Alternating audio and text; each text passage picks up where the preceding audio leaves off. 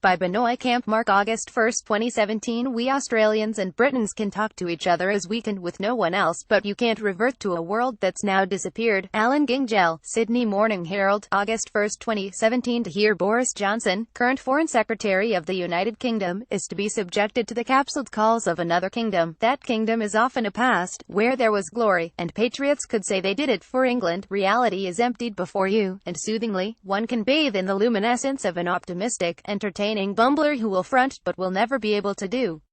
His address at a packed Sydney town hall, organised by the Lowy Institute and chaired by Michael Fuller-Love, was delightful on a certain level. It furnished a reminder of how poor, in comparison, the Australian public speaker or political figure can be dull, grasping for a humour packaged with canned laughter, lacking in curiosity and essentially staged.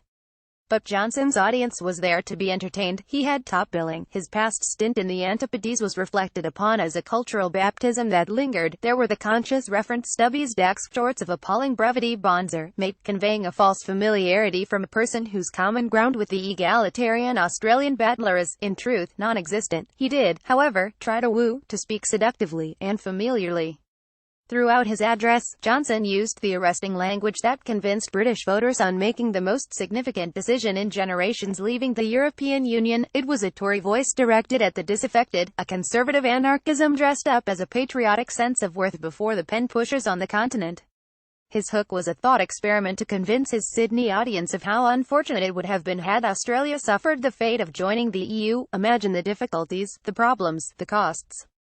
Australia could be seen as a model of a country that could thrive without being packed into a tense family of nations. I think we can look at Australia today, and after 26 years of continuous growth, and with per capita GDP 25% higher than in the UK, I think we can say that it was not absolutely necessary for Australia to join the European Common Market. The Foreign Secretary had ignored the dangerous over-reliance Australia continues to have on commodity sales.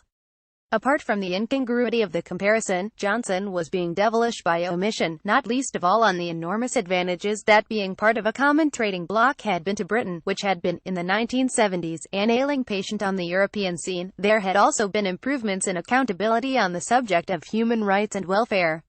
What mattered to Johnson, instead, were the busybody intrusions of standards, diktats and directives issued from the unelected, ignoring, naturally, the role of the European Parliament on whether a particular food might pass muster, or a certain construction accord a standard.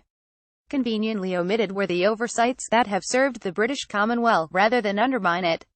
Joining ASEAN and such forums, he insisted, was far better than being part of a bloc of states governed by EU strictures. The club fees for the former, he surmised, were far cheaper. Besides, Britain wanted to, as Evelyn Waugh might have said, project its might, notably through the deployment of 2 aircraft carriers in the South China Sea and through the Straits of Malacca. Well and good, but beyond the laughter was a grave seriousness. After the calisthenics comes the reality. First and foremost, nothing of significance has happened since last year's referendum, other than Britain asserting its boisterous independence from those nasty little regulators in Brussels, Strasbourg and Luxembourg. Another tangible result has been the critical weakening of the Tory government. Britain's Prime Minister, Theresa May, foolishly made the decision to burden the British electorate with yet another ballot, hoping to bury Jeremy Corbyn and the Labour opposition. The result was a richly deserved mauling and hung parliament. Johnson's efforts at drawing the veil over his boss-doomed prime ministership were enchanting, though far from convincing.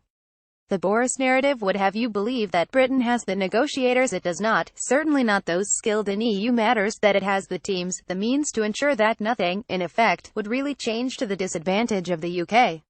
Stating a line made more in optimism than sober analysis, the EU stood to lose going hard on Britannia.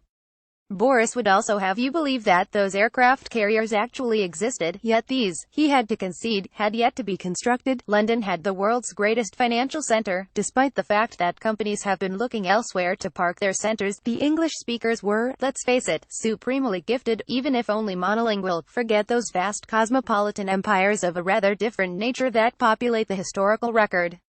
This was Boris Johnson to a T. Promises made of considering fatuity, if not irrelevance. After leaving the EU, I am confident that Australia will be at, or near, the font of the queue for a new free trade agreement with Britain. Such spellbinding pluck, the UK barely in the process of hammering out its own negotiations on divorce, let alone having a plan for Brexit, and its foreign secretary speaking of queues, nothing if not entertaining. Benoit Campmark was a Commonwealth scholar at Selwyn College, Cambridge.